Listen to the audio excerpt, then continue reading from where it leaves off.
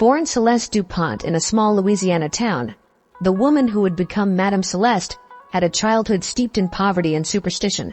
Her mother, Yvette, was a practitioner of voodoo, while her father, Jean-Paul, was a charming con artist who drifted in and out of their lives. From an early age, Celeste learned the art of reading people, picking up on subtle cues and body language that would later serve her well in her chosen profession. As a child, Celeste was often left to her own devices, spending hours exploring the bayou and listening to the stories of local elders. She was particularly drawn to tales of the supernatural, soaking up every bit of folklore and mysticism she could find. It was during this time that she first claimed to have visions, describing vivid dreams that seemed to predict future events. As she entered her teenage years, Celeste's natural beauty and newfound abilities made her the talk of the town. She began to hold seances for her classmates, charging small fees for her services. It was during one of these sessions that she met Thomas, a charismatic drifter who recognized her talent for deception. Together they embarked on a series of small-time cons across the South, posing as faith healers and fortune-tellers. Their partnership, both romantic and professional, lasted for several years until a scam went wrong. Thomas was arrested, but Celeste managed to evade the authorities. It was then that she decided to reinvent herself, dyeing her hair and adopting the persona of Madame Celeste, the mysterious psychic from Europe. With her new identity, Celeste moved from town to town, honing her craft and building a reputation. She learned to cold read, to manipulate emotions, and to exploit the grief and desperation of her clients. Her cons grew more elaborate, and her fees more exorbitant. It was in Aviara Cove that Madame Celeste set up her most ambitious operation yet. Little did she know that her pursuit of true supernatural power would lead her down a path of no return, culminating in a crime that would shake the foundations of her carefully constructed world. Robert and Elizabeth Morin were the epitome of old money and social grace. Their sprawling estate on the outskirts of Aviara Cove was a testament to generations of wealth accumulated through shrewd investments and inherited fortune. Robert, in his early 60s, had made a name for himself in the world of finance, while Elizabeth was known for her philanthropic efforts and impeccable taste. The Morins had moved to Aviara Cove 5 years ago, seeking a quieter life away from the bustle of New York City. They quickly became pillars of the community, hosting lavish charity galas and contributing generously to local causes. Their fairy tale romance and seemingly perfect life were the envy of many in town. However, beneath the polished exterior lay a web of secrets and unfulfilled desires. Robert, despite his business acumen, harbored a deep-seated fear of losing everything he had worked for. This paranoia led him to make increasingly risky investments, seeking to multiply his wealth to ensure his legacy. Elizabeth, on the other hand, struggled with the loss of her twin sister in a car accident years ago, an event that left her with a profound sense of guilt and a desperate need for closure. It was Elizabeth who first heard of Madame Celeste through the town's gossip mill. Initially skeptical, she found herself drawn to the idea of communicating with her lost sister. Robert, ever the pragmatist, dismissed the notion of psychics and mediums as nonsense, but as he watched his wife sink deeper into melancholy, he reluctantly agreed to accompany her to a session with the renowned psychic. The Morins' decision to seek out Madame Celeste would prove to be fateful. Their wealth, combined with their emotional vulnerabilities, made them the perfect marks for the cunning psychic. As they made there for their first appointment, neither Robert nor Elizabeth could have imagined the dark turn their lives were about to take. They were about to step into a world where their deepest fears and most fervent hopes would be used against them, setting in motion a chain of events that would end in bloodshed and horror. The first meeting between Madame Celeste and the Morins took place on a crisp, autumn evening. As the couple entered the dimly lit parlor, they were immediately enveloped by the heady scent of incense and the soft glow of candles. Madame Celeste, resplendent in a deep purple gown adorned with silver stars, greeted them with a knowing smile that seemed to pierce their very souls. Elizabeth, her eyes wide with a mix of hope and trepidation, spoke first. "Madame Celeste, I've heard so much about you and we hope you can help us." The psychic's gaze lingered on Elizabeth, noting the slight tremor in her voice and the way she clutched her husband's arm. Without missing a beat, Madame Celeste responded, "The spirits have been expecting you, my dear. sense a great loss in your past. A piece of yourself torn away, Elizabeth gasped, her grip on Robert tightening. Robert, meanwhile, remained stoic, his skepticism evident in the tight set of his jaw. Madame Celeste turned her attention to him, her voice taking on a more authoritative tone. And you, sir, carry the weight of many responsibilities. The future weighs heavily on your mind. Over the next hour, Madame Celeste wove a tapestry of half-truths and educated guesses, expertly reading the couple's reactions and tailoring her revelations to their responses. She spoke of Elizabeth's sister, describing her with just enough accuracy to be convincing, and hinted at messages from beyond the veil. For Robert, she alluded to business opportunities and potential pitfalls, her vague prophecies playing into his financial anxieties. By the end of the session, Elizabeth was in tears, feeling a connection to her lost sister that she hadn't experienced in years. Even Robert, despite his initial skepticism, found himself unsettled by the accuracy of some of Madame Celeste's insights. As they left, both agreed to return for further consultations. Over the next few weeks, the Morans became regular visitors. Madame Celeste carefully cultivated their trust, each session revealing just enough to keep them coming back for more. She began to suggest more elaborate rituals and expensive offerings to enhance their connection to the spirit world. For Elizabeth, these sessions became a lifeline, a way to assuage her guilt and find peace. Robert, while still harboring doubts, couldn't deny the positive change in his wife's demeanor. Slowly but surely, Madame Celeste was weaving her web around the wealthy couple, drawing them deeper into her world of shadows and secrets. Little did the Morans know that with each visit, they were inching closer to a fate far darker than they could have ever imagined. Madame Celeste's demands became more extravagant with each passing day. She insisted on rare crystals and precious metals for energy focus, exotic herbs and incense for purification, and even suggested that the Morans donate significant sums to various charitable causes to curry favor with the spirits. In reality, these donations were funneled into offshore accounts controlled by Celeste herself. The psychic's manipulation extended beyond mere financial exploitation. She began to insinuate herself into every aspect of the Morans' lives. Late-night phone calls became common, with Celeste claiming to have urgent messages from the beyond. She advised Robert on business decisions, conveniently aligning her visions with her own financial interests. For Elizabeth, she became a confidant, slowly isolating her from friends and family under the guise of spiritual protection. As her influence grew, so did Madame Celeste's obsession with the occult. The rituals she performed for the Morans became darker, incorporating elements of blood magic and sacrificial rites. She spoke of ancient powers and forbidden knowledge, her eyes gleaming with a fervor that bordered on madness. Some Morans, too deep in her thrall to see the danger, followed her lead without question. Behind closed doors, Celeste pored over arcane texts, convinced that she was on the brink of unlocking true supernatural power. Her sessions with other clients became perfunctory, her focus entirely on the Morans and the potential they represented. In her twisted mind, their wealth and willingness to follow her every command made them the perfect vessels for a grand ritual she was planning.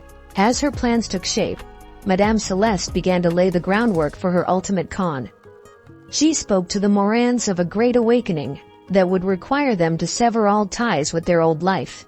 Under her guidance, they began to liquidate assets and make preparations to transfer large sums of money. Robert, his business acumen clouded by Celeste's influence, failed to see the red flags that would have been obvious in any other circumstance. Elizabeth, lost in her grief and the promise of eternal connection with her sister, was willing to go to any lengths Madame Celeste suggested. The stage was set for a tragedy of epic proportions. Madame Celeste, her grip on reality slipping with each passing day, had convinced herself that the murder of the Morans would be the key to unlocking limitless power. She meticulously planned every detail, from the ritual site to the method of disposing of the bodies. As the night of the Great Awakening approached, an air of anticipation settled. The Morans, unaware of the fate that awaited them, prepared for what they believed would be a spiritual rebirth. At precisely midnight, the Morans arrived, dressed in the white robes Celeste had provided. Their eyes shone with a mixture of excitement and trepidation, as they followed the psychic through the house and into the backyard. Robert clutched a briefcase containing documents for the transfer of their wealth, a necessary step for spiritual unburdening, as Celeste had explained. As they entered the clearing, Elizabeth gasped at the elaborate setup. A large pentagram had been drawn on the ground with what appeared to be ash, surrounded by flickering candles and strange symbols. At its center stood the altar, adorned with crystals, feathers, and a large silver chalice. Madame Celeste began the ritual, her voice rising and falling in a hypnotic chant. The words, a mix of Latin and gibberish, washed over the Morans, lulling them into a trance-like state. As the chanting intensified, Celeste instructed the couple to lie down within the pentagram, their heads toward the altar. With practiced movements, she bound their wrists and ankles with silk cords, explaining that it was to anchor their spirits during the transition. The Morans offered no resistance, their minds clouded by the intoxicating blend of incense and blind faith. As the ritual reached its climax, Madame Celeste's demeanor changed. The mask of the benevolent spiritual guide slipped away, revealing the cold, calculating eyes of a killer. From beneath the altar, she retrieved an ornate dagger, its blade glinting in the moonlight. Elizabeth was the first to realize something was terribly wrong. She began to struggle against her bonds, her voice rising in panic. Robert, shaken from his stupor by his wife's cries, demanded to know what was happening, but it was too late. With swift, brutal efficiency, Madame Celeste plunged the dagger into Elizabeth's chest. The woman's scream was cut short as blood bubbled from her lips. Robert roared in anguish and fury, thrashing wildly against his restraints. Celeste turned to him, her face spattered with his wife's blood, and brought the dagger down again and again. In the ensuing silence, broken only by the gurgling of the dying couple, Madame Celeste began to collect their blood in the silver chalice. Her movements were methodical, almost reverent, as she muttered incantations under her breath. She truly believed that this act of supreme sacrifice would grant her the power she had long sought. As life ebbed from the Morans, Madame Celeste completed her grisly task. She dipped her fingers in the blood-filled chalice and began to draw symbols on her own skin, her eyes wild with a terrible ecstasy. In her madness, she failed to notice the faint sound of sirens in the distance. The ritual concluded. Celeste stood over the bodies of her victims, arms outstretched, waiting for the rush of power she was certain would come. But as the minutes ticked by, all she felt was a growing sense of panic and the cold realization of what she had done. With trembling hands, she began the process of cleaning up the crime scene. She had planned for this, but the reality of disposing of two bodies was far more daunting than she had anticipated. As she dragged the corpses towards a pre-dug grave deeper in the woods, her mind raced with plans to secure the Morans' wealth and flee Aviara Cove. In the pale light of dawn, Madame Celeste surveyed the scene of her gruesome crime. The once pristine clearing was now a tableau of horror, with blood-soaked earth and the lingering stench of death. She had managed to bury the bodies of Robert and Elizabeth Moran in the deep grave she had prepared, but evidence of the murder still littered the area. With a growing sense of panic, Celeste began the painstaking process of erasing all traces of the night's events. She gathered the blood-stained robes, the ritual implements, and the now empty chalice, stuffing them into heavy garbage bags. The pentagram was scuffed out, leaves and branches scattered over the disturbed earth. As she worked, Celeste's mind raced. She needed to establish an alibi, to create a narrative that would explain the Morans' sudden disappearance. Rushing back to the house, she showered, scrubbing away every speck of blood and dirt. She then set about creating a paper trail, forging emails and documents that suggested the couple had been planning a secret getaway. Using the information she had gleaned from her sessions with the Morans, Celeste began the complex process of accessing their accounts. She had coerced them into sharing passwords and account details under the guise of spiritual unburdening. Now those same details would allow her to siphon off their considerable wealth. As morning turned to afternoon, Celeste made a series of calls. To the Morans' housekeeper, she explained that the couple had left for an emergency business trip. To their few close friends, she expressed concern that she hadn't heard from them since their last session. She even went so far as to call the local police, reporting that the Morans had missed an important appointment and weren't answering their phones. But even as she wove her web of lies, Celeste could feel it all unraveling. The hasty cleanup of the crime scene, the rushed cover-up. It all felt inadequate. She hadn't anticipated the overwhelming guilt and fear that now consumed her. Every car that drove past the house, every unexpected noise made her jump. As evening approached, a knock at the door sent Celeste into a panic. It was Detective Malika Collins, responding to the missing persons report Celeste herself had filed. The psychic invited her in, forcing a calm demeanor as she recounted her concerns about the Morans. Detective Collins listened intently, her keen eyes taking in every detail of Celeste's home and behavior. She asked pointed questions about the couple's last known whereabouts and their relationship with Celeste. Though the psychic maintained her composure, she could sense the detective's suspicion. As Collins left, promising to keep Celeste informed of any developments, the full weight of what she had done came crashing down on the self-proclaimed psychic. She realized that her pursuit of power and wealth had led her down a path from which there was no return. The once confident Madame Celeste was now a woman on the edge, waiting for the inevitable moment when her crimes would be discovered. Detective Malika Collins had been with the Aviara Cove Police Department for 15 years, and something about the Moran disappearance case didn't sit right with her from the start. Her instincts, honed by years on the force, told her that Madame Celeste knew more than she was letting on. In the days following her initial visit, Collins dove deep into the investigation. She interviewed the Morans' friends, colleagues, and household staff. A pattern quickly emerged. In the months leading up to their disappearance, the couple had become increasingly isolated, their behavior erratic and secretive. Collins's attention focused on their connection to Madame Celeste.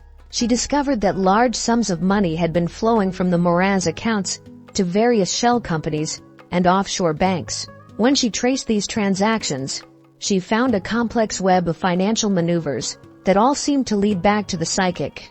Intrigued by Celeste's background, Collins began to dig into her past. She uncovered a trail of complaints and suspicions spanning several states, all related to psychic fraud and con artistry. The detective realized she was dealing with a sophisticated criminal, one who had managed to stay one step ahead of the law for years. As Collins delved deeper, she started interviewing Celeste's other clients. Many spoke of the psychic with reverence, but a few shared stories of feeling manipulated and pressured to part with large sums of money. One client, an elderly widow, tearfully recounted how Celeste had tried to convince her to sell her home and invest the proceeds in a spiritual cleansing ritual. The detective's suspicions grew when forensic analysis of the Morans' computer revealed deleted emails discussing a Great Awakening ritual with Madame Celeste. The language used was cryptic, but it was clear that the couple had been planning something significant for the night they vanished. Armed with this information, Collins obtained a warrant to search her property. As her team combed through Celeste's home and the woods behind it, the detective couldn't shake the feeling that they were on the verge of uncovering something terrible. Little did she know that buried deep in those woods lay the gruesome truth of what had really happened to Robert and Elizabeth Moran. The search of Madame Celeste's property yielded a treasure trove of evidence. Hidden in a false bottom of her antique writing desk, detectives discovered a journal detailing her deepening obsession with the occult and her plans for the Morans. The basement revealed a makeshift laboratory where she had been experimenting with various hallucinogenic compounds, likely used to enhance her clients' spiritual experiences. But it was the discovery in the woods that broke the case wide open. A cadaver dog, brought in to search the expansive property, alerted to a spot deep in the forest. As police excavated the area, they unearthed the badly decomposed bodies of Robert and Elizabeth Moran. Detective Collins, watching as the bodies were exhumed, felt a mix of vindication and horror. Her instincts had been right, but the truth was far more gruesome than she had imagined. Forensic analysis would later reveal traces of the ritual, including remnants of candle wax and unfamiliar herbs on the victim's remains. With this damning evidence in hand, Collins moved to arrest Madame Celeste, but the psychic, perhaps foreseeing the net closing around her, had fled. As the search for Celeste continued, Collins pieced together the full extent of her crimes. Financial records showed that she had managed to transfer millions from the Morans' accounts in the days following their murder. Interviews with other clients revealed a pattern of exploitation going back years. The detective also uncovered Celeste's true identity as Celeste Dupont, connecting her to unsolved cases of fraud and theft across multiple states. It became clear that the Moran murders were the culmination of a lifetime of increasingly bold and dangerous cons. Law enforcement tracked Celeste to a remote cabin in the Adirondacks. As police surrounded the property, Celeste attempted to flee into the woods. In a tense standoff, Collins confronted the self-proclaimed psychic, who was now a shell of her former confident self. "Madame Celeste, or Celeste Dupont, your crimes have caught up with you," Collins called out. "There's nowhere left to run." For a moment it seemed Celeste might try to fight or flee. But then, as if all the fight had left her at once, she sank to her knees in the damp forest floor. As Collins approached to make the arrest, Celeste looked up, her eyes filled with a mix of defeat and something else, a lingering madness that sent chills down the detective's spine. Prosecutors presented a mountain of evidence, from financial records showing the systematic draining of the Moran's accounts to the chilling contents of Celeste's personal journals. Forensic experts detailed the brutal nature of the murders, while psychologists attempted to unravel the defendant's complex psyche. Perhaps the most damning testimony came from Thomas, Celeste's former partner. He provided insight into her early cons and the evolution of her tactics, painting a picture of a woman whose greed and delusions of grandeur had spiraled out of control. Celeste's defense team attempted to argue that she was not of sound mind, presenting evidence of her deep-seated belief in the occult and her conviction that the murders were part of a genuine ritual. They portrayed her as a victim of her own delusions, manipulated by the very forces she thought she was channeling. But as the trial progressed, it became clear that Celeste's apparent madness was intertwined with a calculating intelligence. After weeks of testimony and deliberation, the jury returned a guilty verdict on all counts. The judge, citing the heinous nature of the crimes and Celeste's lack of genuine remorse, sentenced her to life in prison without the possibility of parole.